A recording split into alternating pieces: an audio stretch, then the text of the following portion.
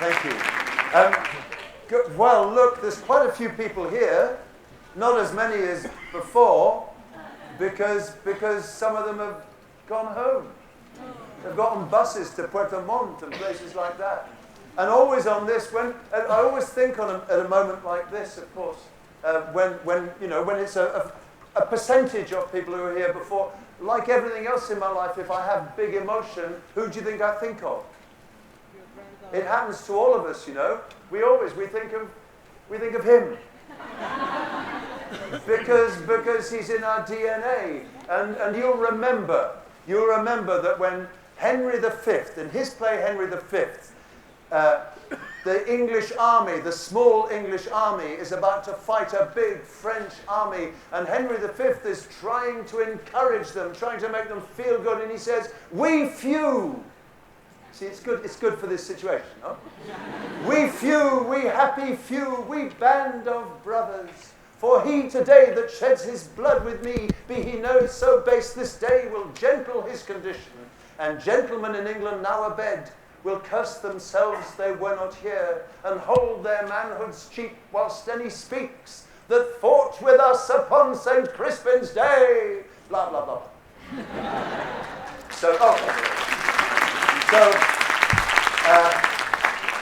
We won't have any holding of manhoods if that's all right, but here we are, us few, us happy few, ready for the closing of the 2016 IATEFL convention. And it seems like about 3 years ago that it started, but it was only yesterday. I was in the opening plenary of IATEFL Chile in 2016. Oh, no, but here, Shakespeare, you see. Why was I thinking about Shakespeare? Because, of course, Lisa, did you go to Lisa's talk? Half of you went to Lisa's talk. A wonderful talk about Shakespeare, about all the activities. People go to the Shakespeare Centre in Stratford-on-Avon to do the wonderful activities she has and learn why Shakespeare is so relevant in 2016, 400 years after he died. What a wonderful thing to have at an IATEFL conference. But of course it all started, you remember, I was born in, I listened to the opening plenary in 2016. And here he is, Scott, telling us about grammar and the issues to do with how we got so excited about communicating and talking to each other, and how that somehow got lost in a kind of re-emergence, a resurgence, a renascimento, if you like, of this grammar-focused world we live in. And that's something we'll talk about a bit later. But it was a great talk. It seems like years ago, doesn't it? And in between, we've had lots of really good stuff. We live in a submarine yellow. Were you in that talk? Did you come to that talk? So you can all sing lines from songs, and it was such good fun, wasn't it? The point being that there are so many lines of songs which are absolutely relevant for students and grammar. And it couldn't be more relevant to my talk. You'll see why in a minute. We had that. And then there was this talk, all about using your brain. All about brain food, about creativity, about cooperation and stuff like that. And that's what my talk's about as well. So basically everybody's said everything I want to say, so we might as well go home, to be honest. But it's funny, we're developing themes through this conference. And I hope that some of what I say will tie up some of those themes. I think talking about brain work and wonders and things like that, I'd like to introduce you to somebody really important. It's called Stenocara gracilipes. Have you ever seen Stenocara gracilipes before? No. Do you know where he, she, or it comes from? No? Does this help? That's where he, she, or it comes from? It's not Chile. It's much too wide for Chile. Don't be silly.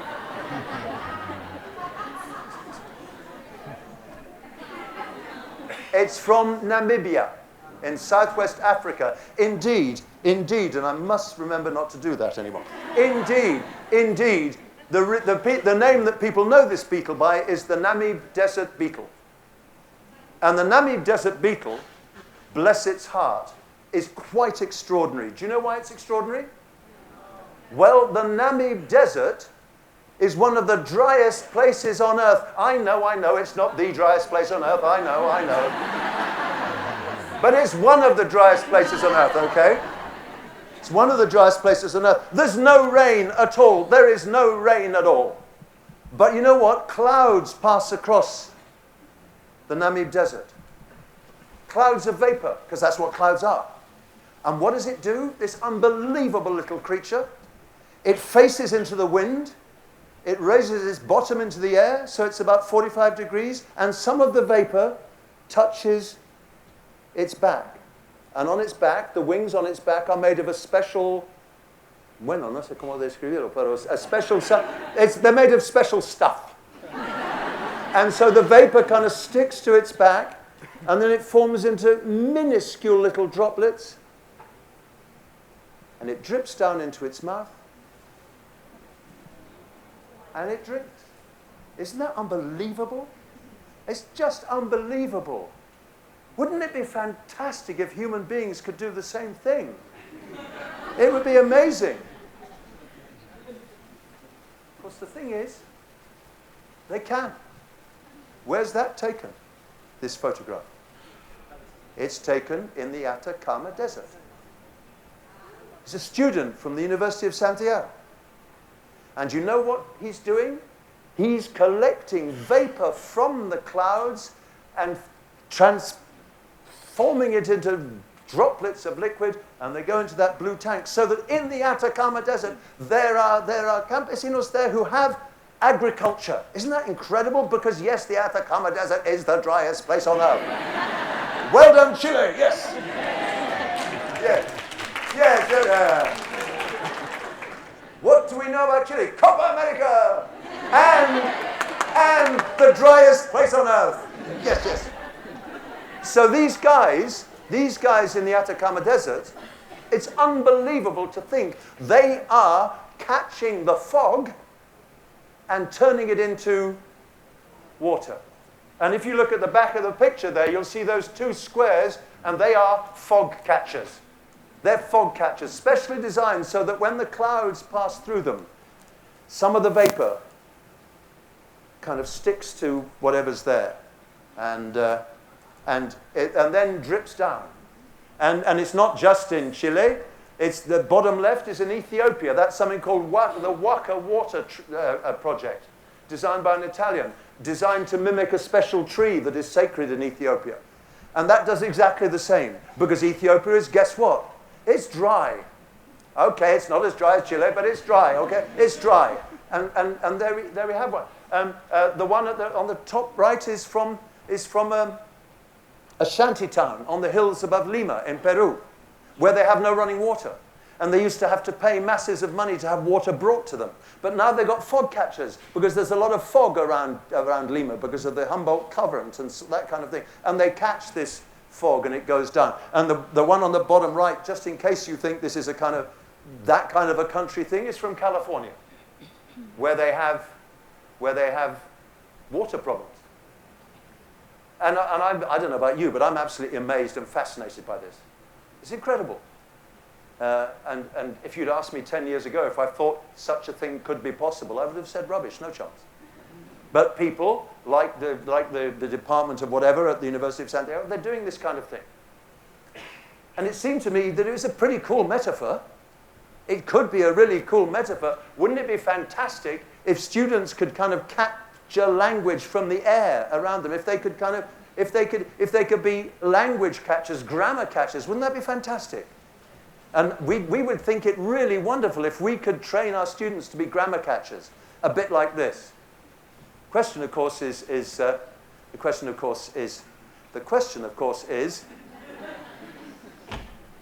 thank you.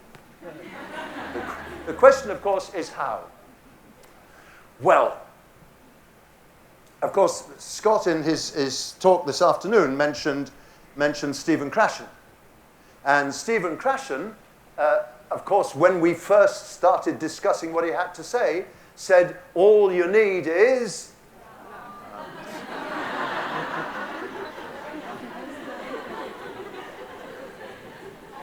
comprehensible input.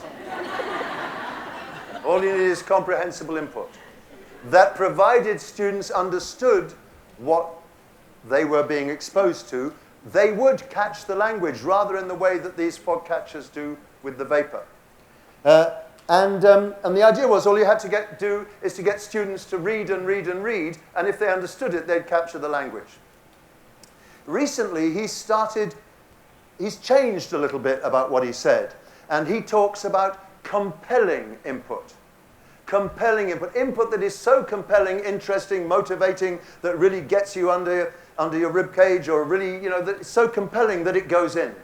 So his idea of a fog catcher is compelling input. So here's some compelling input. Does anyone recognize this picture? Anybody? One person. Okay, well, this is from a children's book, and I'm going to tell you a story. Imagine that you are children, because once upon a time, in Spain, there was a little bull, and his name was Ferdinand. All the other little bulls he lived with would run around and skip and butt their heads together. But not Ferdinand. He liked to sit just quietly and smell the flowers. He had a favorite spot in the pasture. He would sit under his favorite tree, a cork tree, and he would sit there all day just smelling the flowers quietly. His mother, who was a cow, was worried about him. She was afraid he would be lonesome all by himself.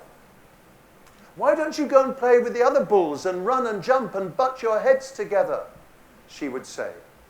But Ferdinand just shook his head.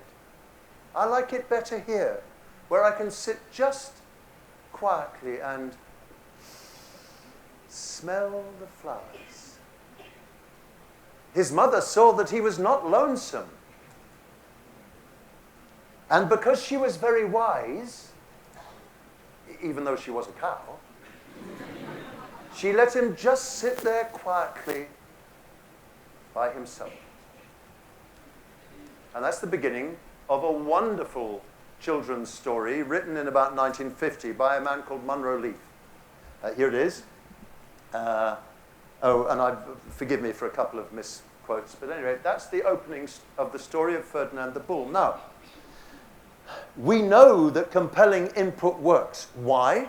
Because if you have ever had a child, if you're a parent, if you've ever been with a child and you read them bedtime stories, which is to this date my favorite activity in my life, reading my kids' bedtime stories, they are completely transfixed by stories like this. And you have to read it again, and again, and again, and again, and again. And if you don't put enough enthusiasm into it, your daughter says to you, "Dad, Dad." Or if you do what I used to do, which is after a long day, you'd lie on the bed next to your child who was always all clean from the bath and sleepy, and you would literally say something like, sometimes his mother, who was "Dad, wake up, whoa." But the point about reading to your kids is that it's one of the great things we do with our children. And the stories become compelling, they become familiar, they become so that the kids, sooner or later, as they start to read and write, they can do it word for word. And there's all these wonderful situations where parents are fooled into thinking their kids can read. But they can't. They're doing it absolutely from memory. Compelling input. Compelling input. If the input is compelling enough, if your child likes what you're reading them enough, they will internalize it, acquire it, get it, it'll go in, or something like that. And in my case of my kids, it was English that went in. In the case of your kids, I presume it's Spanish that goes in, or whatever. And that seems pretty powerful evidence for me for the idea that if the input is compelling enough, people get to acquire and learn. But of course, as Zoltan Donye says, when you teach anyone who's after about... You know the thing that the language instinct? Steven Pinker says. He says, language acquisition is guaranteed up until the age of about 6 or 7, is steadily compromised thereafter until puberty, and is rare thereafter.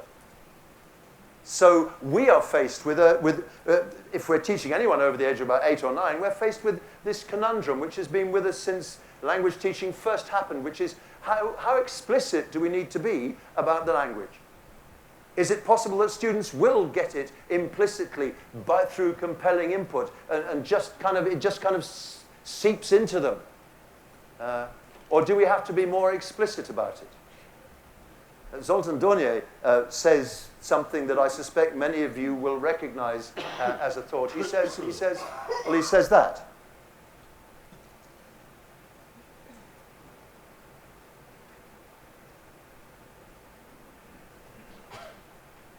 In other words, well, yes, compelling input is great at an early stage of your life, but maybe it's not so great if you're a teenager in a class of, I don't know what, 40 kids. Is that going to be enough?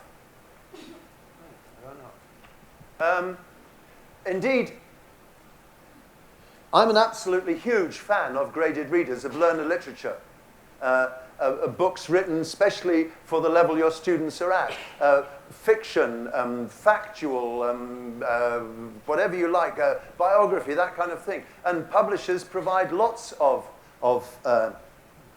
graded readers. For example, my publisher, the people who brought me here, Helbling Languages, thank you, Helbling Languages. This is Lars from Helbling Languages, and I love them, and they're publishing me, and so they're very sensible people. But they do graded readers. But they're not the only ones. So does Cambridge University Press. So does what are they called? Beginning with P. Well, there's Pearson, there's Oxford, and there's Cambridge and the Macmillan. You know what I mean. I mean, Penguin. The Penguin readers. Do you have these moments? This sort of happens, you know. So many people publish readers. Why do we publish readers? Because we think, we have believed, we have talked about the idea that if we can get students to read for pleasure, then the words will sink in. The input will be compelling, and the more you read, the better you get at spelling, vocabulary, grammar, reading, all this kind of thing. And many of us have been shouting about this with enthusiasm for years. And then along comes this man, David Hill. And in a survey article, not that David Hill, another one, in a survey article in the ELT Journal, he questioned the idea of reading for pleasure. He said this, but if you don't want to have to read it, would you like me to summarize? Okay. So he said, the first thing about reading in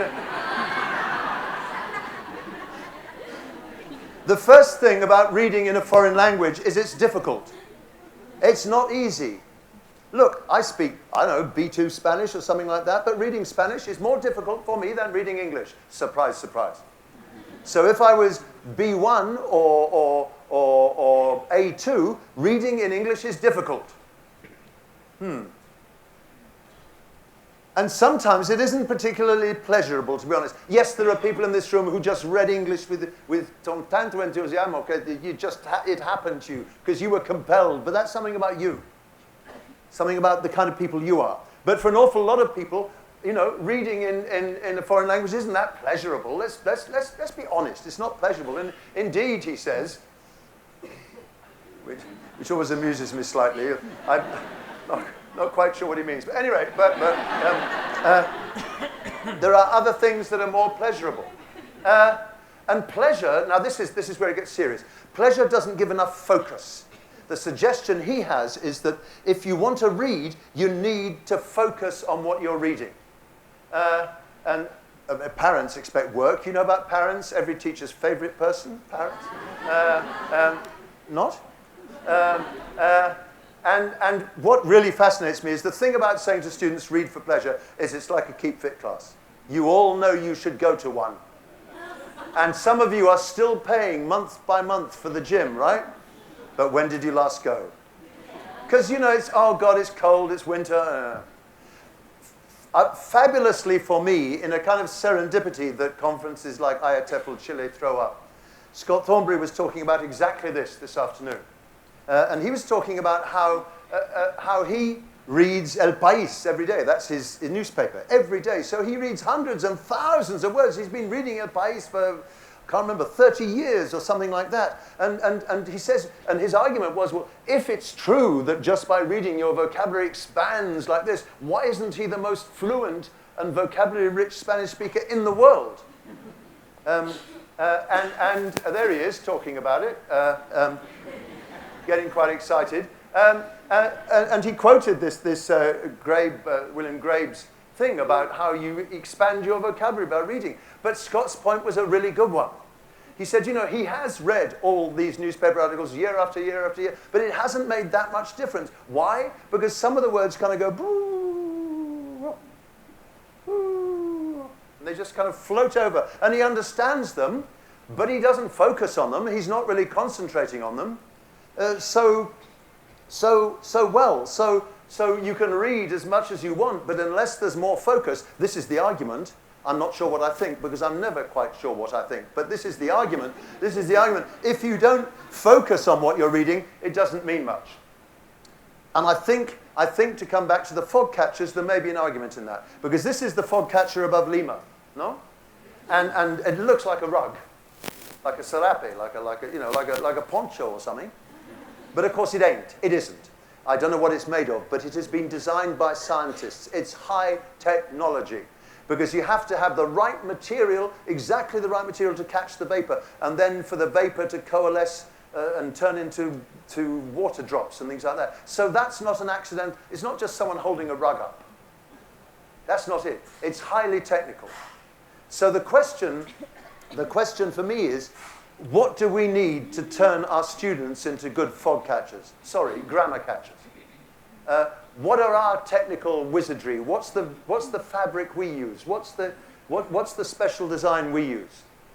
By the way, I call this grammar catchers because the name sounds good to me, but I don't just mean grammar, of course not. I mean any kind of language. So if you wanted students, and we'll stay with this text, I know it's not appropriate for us in this room, but we're going to stay with it just because I can't ask you to read another one, because I want to hurry up. So let's stay with this. So what would it be if we applied our grammar catching technology to this? Well, I think one of the first things I'd say is, well, how about this? If you were at Claudia's talk this morning, this wonderful quote from Claire Cramch.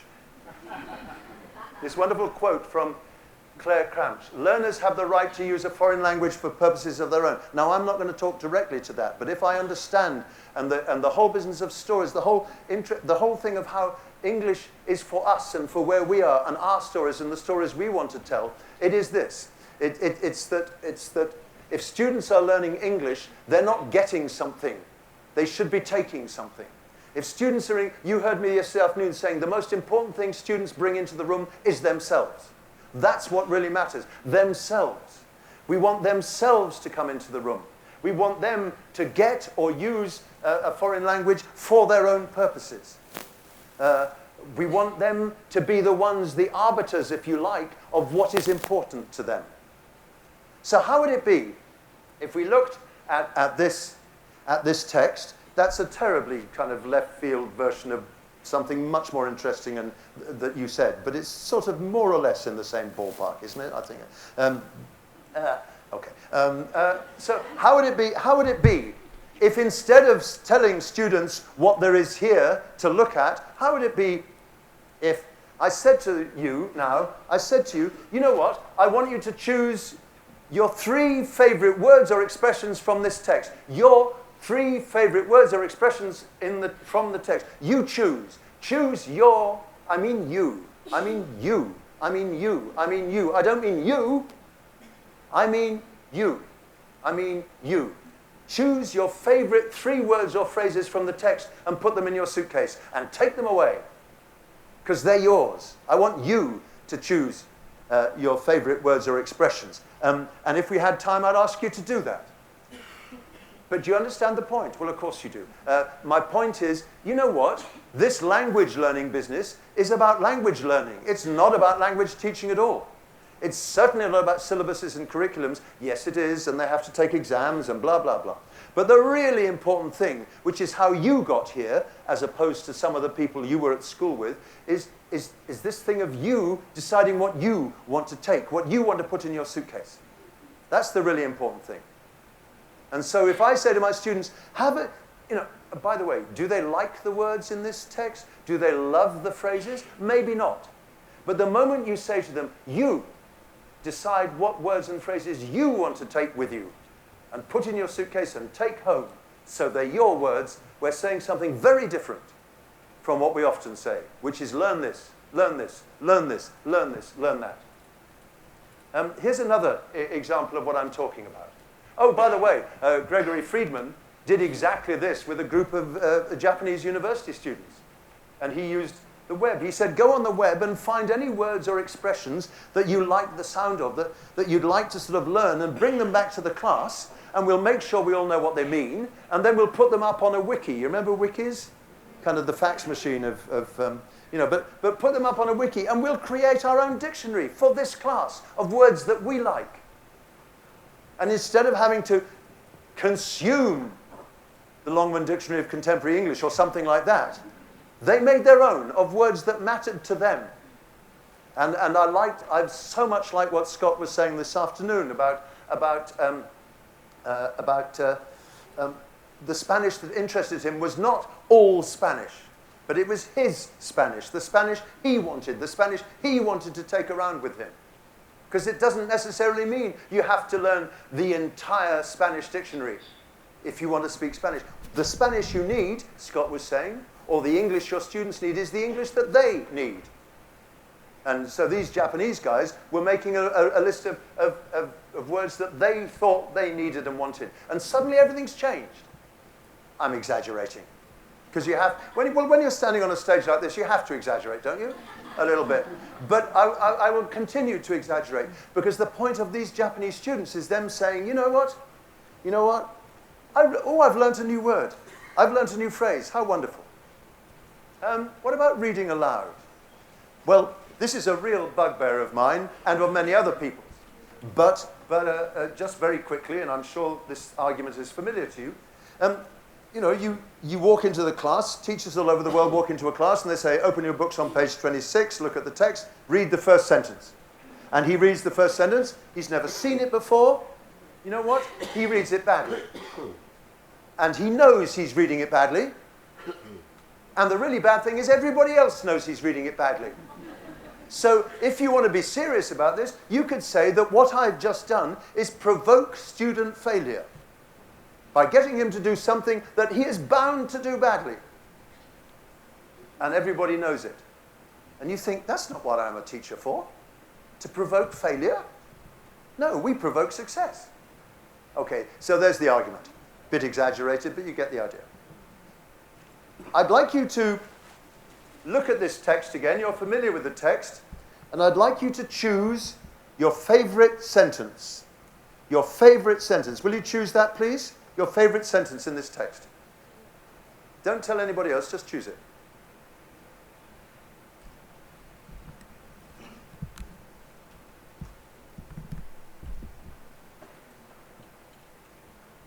Now I want you to practice reading it aloud in your head.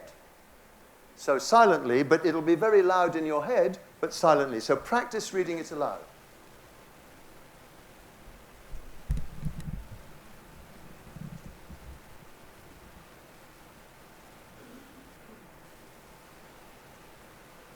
And now I want you to practice reading it aloud. So I want you to speak it, everyone at the same time. Don't listen to anyone else. I just want you to remember you're my students, okay? I just want you to practice. What does it feel like on your lips? How does it feel? So just go on, just practice speaking your favorite sentence. Off you go.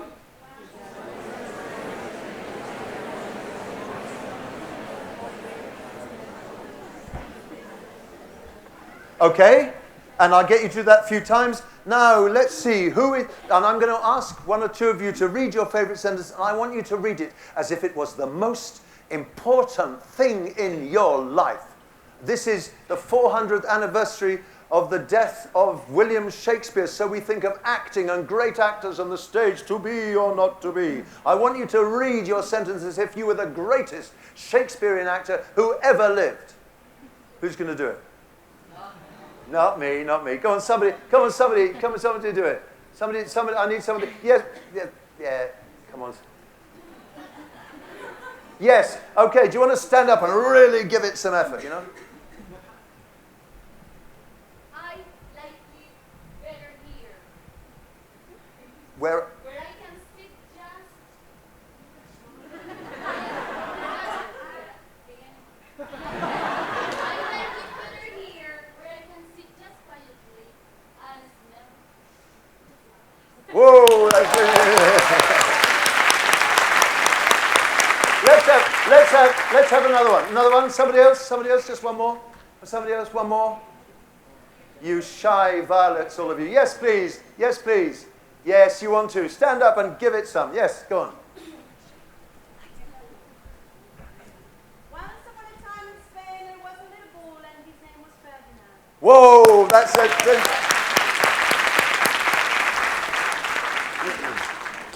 And if this was a class, I'd get pretty much everyone to do that. And of course, some of the students will have chosen the same sentence. But the whole point of what we just did, I think it's a really fundamental point.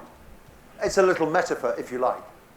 This isn't a whole talk about reading aloud, but it's a metaphor. You chose the sentence. You got a chance to practice it. You got a chance to shine at it. It was your sentence. And we did that with just a text, which you focused on because you focused on a sentence and you thought about how to say it and you did it as carefully as you could. And you were brilliant, obviously. What about this? I'd like you to read the text again. And this time, I want you to find all the words in the text that have the sound in them. So read it silently in your head and see how many you can come up with.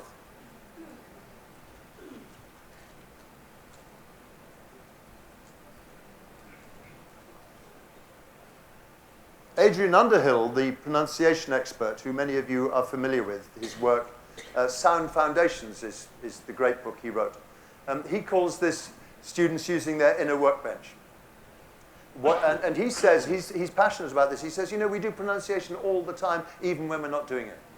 Every time you read anything you're pronouncing in your head, the sound of the words in your head is very loud.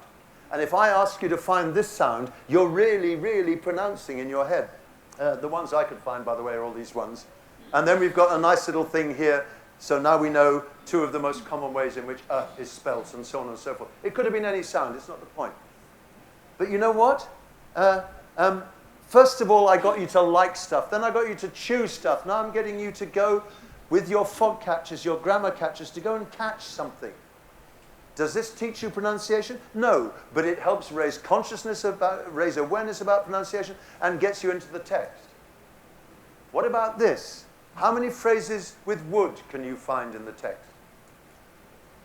Now, if this was my class and we'd been together for some time, I wouldn't have to ask you that. I'd simply say to you, what's the most common verb form you can find in the text? Just go and have a look, see what you can find.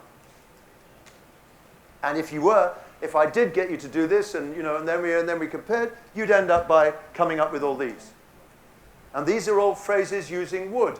And then I can ask you, my dear students, does it always mean the same? And the answer is mostly, but not always. And we won't go into. And then I might say to you, is there anything else interesting in this text? You know what? Because a text is like a gold mine. A text is like a gold mine. Even if you think a text is just for teaching the present perfect, if it's any good as a text, it's a gold mine of information. And this is a children's story written for very young children. Does anything else strike you about some of the grammar in this text? There's something there which is really interesting. I think it's really interesting. You probably think I'm crazy as a... what's the latest phrase I've learned? Batshit crazy. I love that expression, don't you? You probably think I'm batshit crazy. But there's something else there that really interests me. Anybody got any idea what it might be? A repeating pattern in this story, which we never draw people's attention to, but it is interesting to me.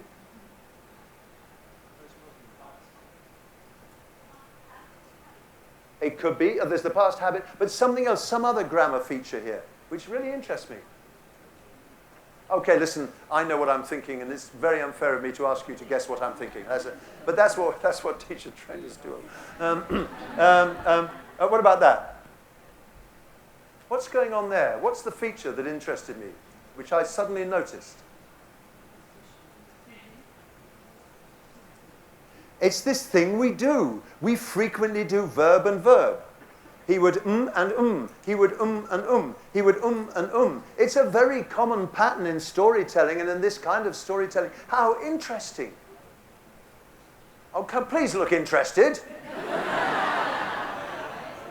It's kind of interesting, isn't it? It's really interesting. What a thing this text is. We can mine it and mine it all day. So with these few examples, what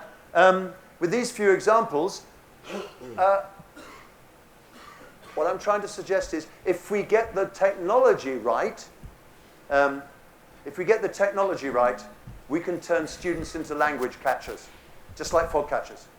And instead of having to teach them stuff all the time, we can train them to catch stuff as it comes across in the air, in the clouds. And if we train them to catch stuff, maybe for some of them, all of them, let's not exaggerate, for some of them, we can train them to be really good language catchers. And the best language catchers are the best language learners. One last little thing, because I want to make one more point, and then I've got some things to say about the end of this glorious 2 days that we've had here. Have a look at that question. Anybody know? Jungle Book, anybody else? Of course, this tells you whether you're right or wrong. And it is the Jungle Book, written by Rudyard Kipling. An interesting fact about Rudyard Kipling that I didn't know is that he is still, to this day, the youngest ever winner of the Nobel Prize for Literature. And I'm just offering that because we gather that kind of information in our heads, don't we? Just, you know, and you can say the next time you're at the British Embassy, yes, well, of course, you know, Rudyard Kipling, he was the youngest ever, you know. You know, it's fantastic. Wow, that's if you ever want to go to the British. Oh, shush. Anyway, so what do? We get students to listen or read about the Jungle Book, and they can listen to a conversation, and they learn the names of the animals, and the names of the boy, and the names of the writer. And of course, what we often do then, because we like to get students to use their brains and think about these kind of things and have to do a bit of work, we can do something like that. We can say, okay, so what I want you to do now, based on what you heard and listened to, is go A, B, C. And so it's a little bit of a puzzle kind of activity. So we could say, Mowgli is it's in yellow, you can't see it, is the boy who was brought up by wolves.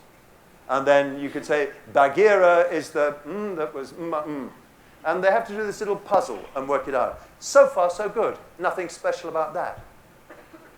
But you know what? You know what? We live in 2016. The world has changed. It's a fantastic world to live in.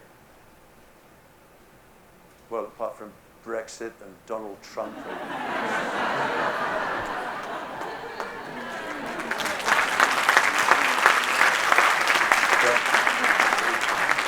Apart from that, it's a beautiful world to live in. And the really beautiful thing about the world is, you know what? If you've got students who even have the slightest inclination to be grammar catchers, language catchers, any kind of catchers, and you do this kind of thing, you do not stop there. You do this straight away. In class now.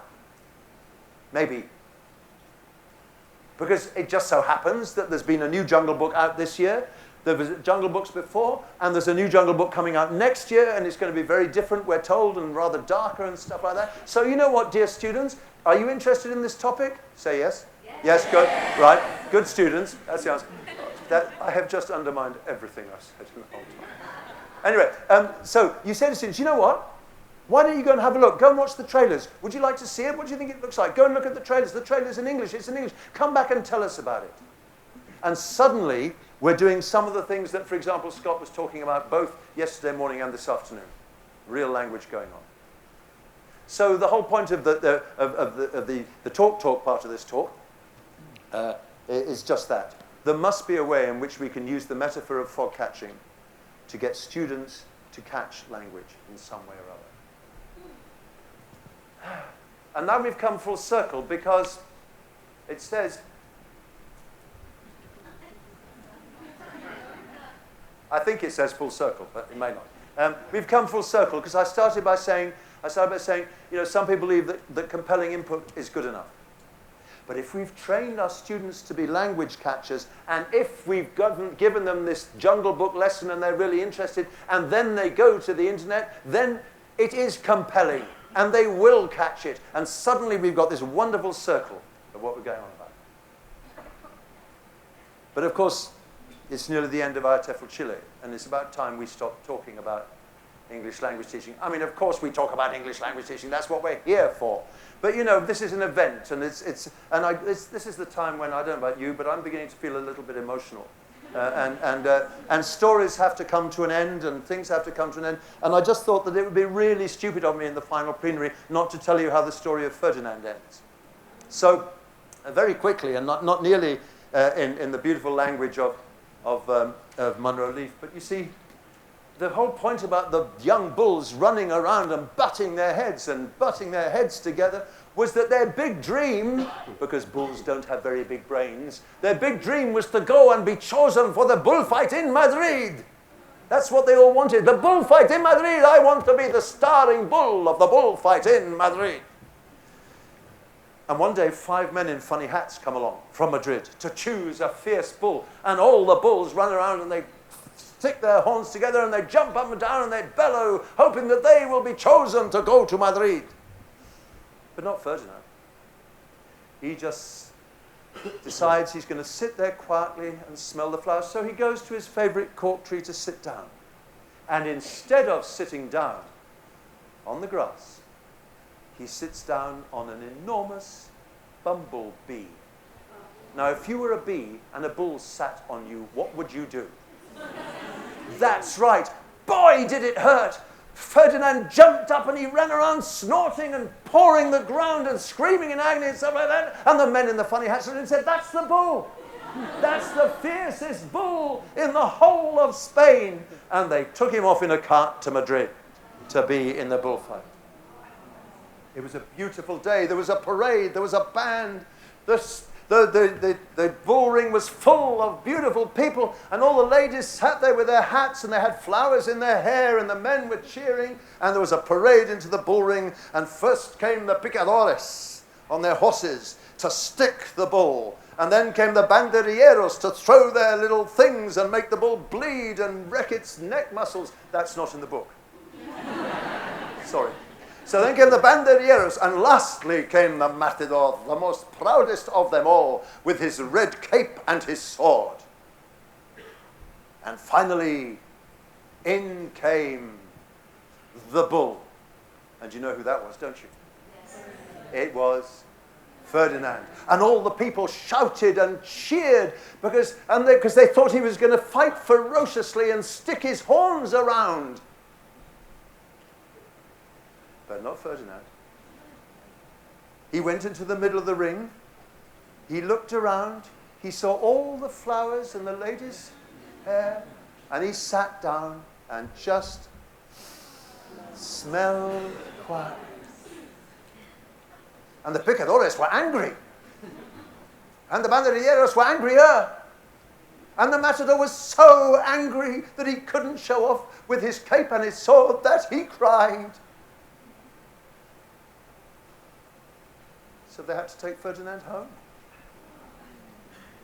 And for all I know, he's there still, sitting under his favorite cork tree, just smelling the flowers. And he is very happy. Now, so we're nearly there. We're nearly there. Because this is about an ending. Every conference has to end. I don't know about you, but I've had a wonderful 2 days. I think the people who organized this conference deserve a huge round of applause.